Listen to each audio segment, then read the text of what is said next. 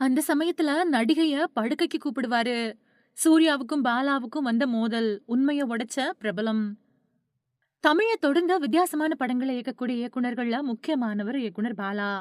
பாலாவ பொறுத்தவரைக்கும் வழக்கமான சண்டை காட்சிகள், பாடல் காட்சிகள் அப்படின்னு வச்சு படங்கள கொண்டு போக மாட்டாரு.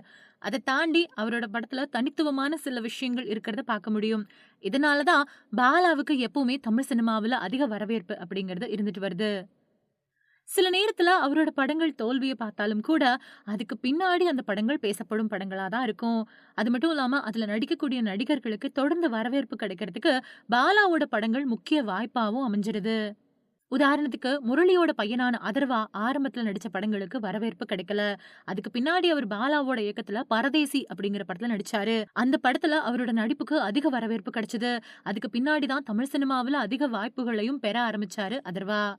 இப்படி சினிமாவுல நடிகர்கள் வாய்ப்புகள பெறறதுக்கு பாலா அதிக உதவியா இருந்திருக்காரு. அப்படி பாலா நெறைய படங்கள இயக்கியிருந்தாலும் கூட, அதே சமயம் நெறைய சர்ச்சைகளுக்கு உள்ளாகக்கூடிய ஒரு இயக்குனராவும் பாலா இருந்திருக்காரு.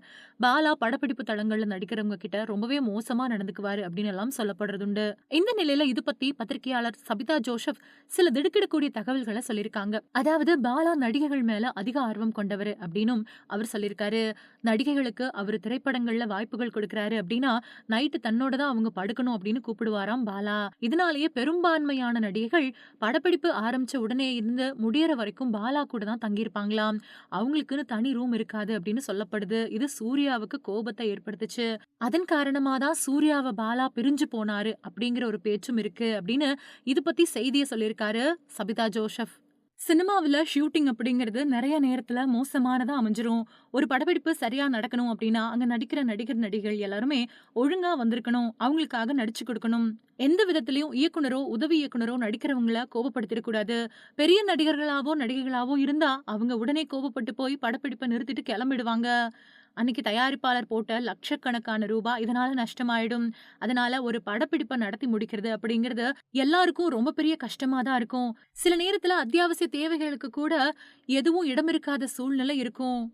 கிராமத்துல போய் படப்பிடிப்ப எடுக்க வேண்டியது மாதிரி இருக்கும். ரஜினிகாந்த், விஜயகாந்த் மாதிரியான பெரிய நடிகர்களே இந்த மாதிரி சமயங்கள்ல சமயத்துக்கு தகுந்தா மாதிரி ஒத்து போறதுண்டு. ஆனா நடிகைகள் நெறைய பேர் அப்படி செய்யறது கிடையாது. அப்படி ரித்திகா சிங் செஞ்ச ஒரு விஷயத்த நடிகர் அசோக் செல்வன் ஒரு பேட்டியில சொல்லியிருக்காரு. நடிகர் அசோக் செல்வனும், ரித்திகா சிங்கும் சேர்ந்து நடிச்ச படம் ஓ மை கடவுளே! இந்த படம் தமிழ்நாட்டுல நல்ல வெற்றிய பெற்ற படம். பெரும்பாலும் காதல் படங்கள் பெரிய வெற்றிய கொடுக்கிறது கஷ்டம் அப்படின்னாலும் கூட, இந்த படத்துக்கு ஓரளவு நல்ல வரவேற்பு தான் கிடைச்சது. ஆனா இந்த படத்தோட படப்பிடிப்பு நடந்தப்போ, ஒரு கிராமத்துல படப்பிடிப்ப நடத்த வேண்டிய சூழ்நிலை வந்துச்சு. ரித்திகா சிங்க பொறுத்தவரைக்கும் அவங்க அதிகமா தண்ணீர் குடிக்கக்கூடிய பழக்கம் இருக்கிறவங்க. அதனால அவங்களுக்குன்னு பாத்ரூம் ஒண்ண தனியா தயார் பண்ணி வச்சுட்டு தான் படப்பிடிப்ப ஆரம்பிக்கணும் அப்படிங்கிற நிலை இருக்கும். இந்த நிலையில நாங்க படப்பிடிப்பு ஆரம்பிச்ச இடத்துல அந்த வசதி இல்லாம இருந்துச்சு. இந்த நிலையில நடிக்க வந்த ரித்திகா சிங் கொஞ்ச நேரம் நடிச்சுட்டு, அதுக்கப்புறமா ரெஸ்ட் ரூம் எங்க இருக்குது அப்படின்னு கேட்டாங்க.